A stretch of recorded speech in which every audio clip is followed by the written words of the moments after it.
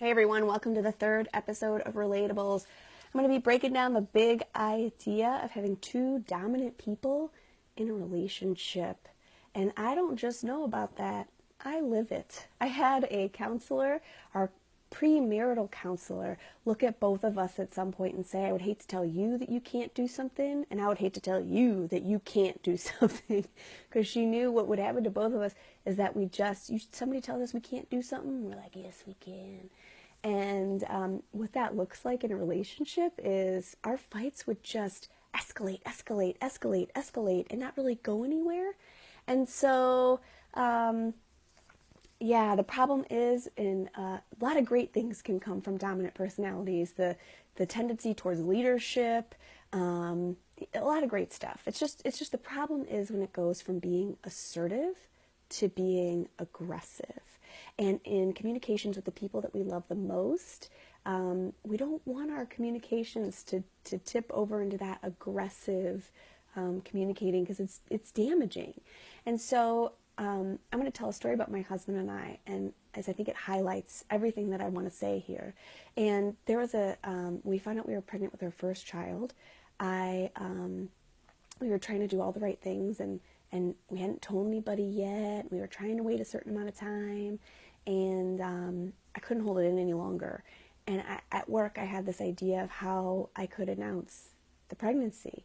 And I took a picture of the pea stick, and I put it on a Christmas card at Walgreens, a photo Christmas card, and I put, Merry Christmas from Eric, Micah, and baby Ross. And so my vision was that people would open up this Christmas card and see the pea stick and like be confused and is that pregnant, and then it would, and it's a little bit sick. I have a sick sense of humor, I understand, but I thought it was hysterical. And I thought my husband was going to think it was hysterical, and I brought it home as a surprise for him, and I was waiting for him to look at it and just fall over laughing. And you would have thought that I punched him in the face, the reaction that he had. I mean, he took it as a personal attack. And then I was getting attacked, and he was really defensive. And I don't want to tell my family in this way. And just because you want to tell your family doesn't mean I want to tell my family in this way. And how dare you do this without me? And accusing me of this intent that I just didn't have. And our fight escalated quick. And I remember we were both just screaming. And I walked away and I went to Michael's. And when our flight or fight response is triggered in our brains, in our amygdala, what literally happens is the parts of your brain responsible for cognition and behavior are hijacked. So you don't have access to learned skills. And so in that moment when I'm probably MFing my husband, my feet are walking out the door because I know I need a timeout for this feeling and response to subside. And the feeling doesn't last forever. You can't keep up that level of intense feeling forever. And so one lap around Michael's usually does it for me. But I came home and, when I had calmed down, I could reach into my backpack of learned skills that I have access to. I was in my PhD program at the time. I had quite a few tools back there. And I knew that what I needed to know, what was underneath all that anger for him and domination, was hurt and fear. And so I asked him, what are you afraid of? And he came at me and said, well, you did this and you did that, and I want to teach you a lesson, and I'm right and you're wrong. And so I knew he was still coming at me of that place of dominating. And I said, what are you afraid of? And he said, I'm afraid that when this baby comes, that you're going to make all the decisions, and I'm not going to get any say, and I'm not going to get to be as involved as I want to be, and this is just the beginning. And I was like, what?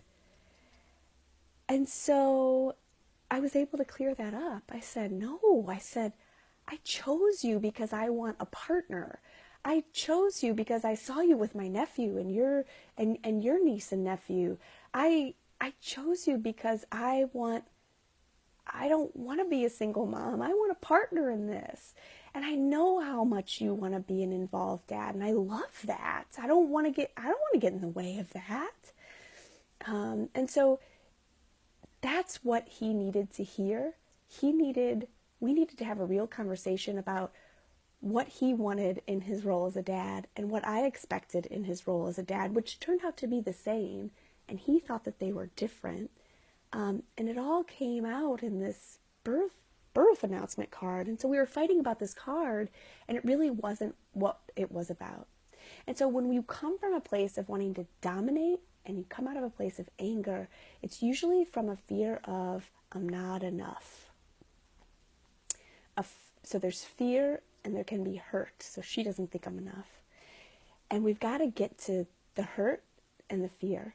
And so when you find yourself wanting to dominate or somebody else is dominating, you either ask yourself, what hurts? What am I afraid of?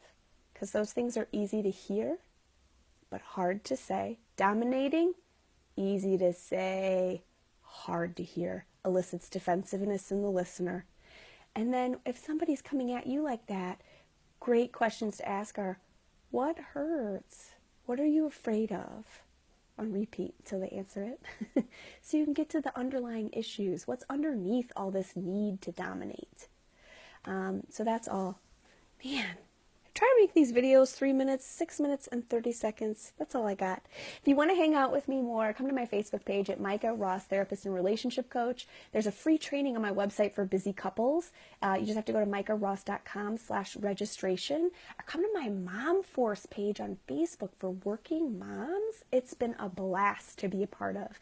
And that's all. And tune in next week, and we'll hang out again.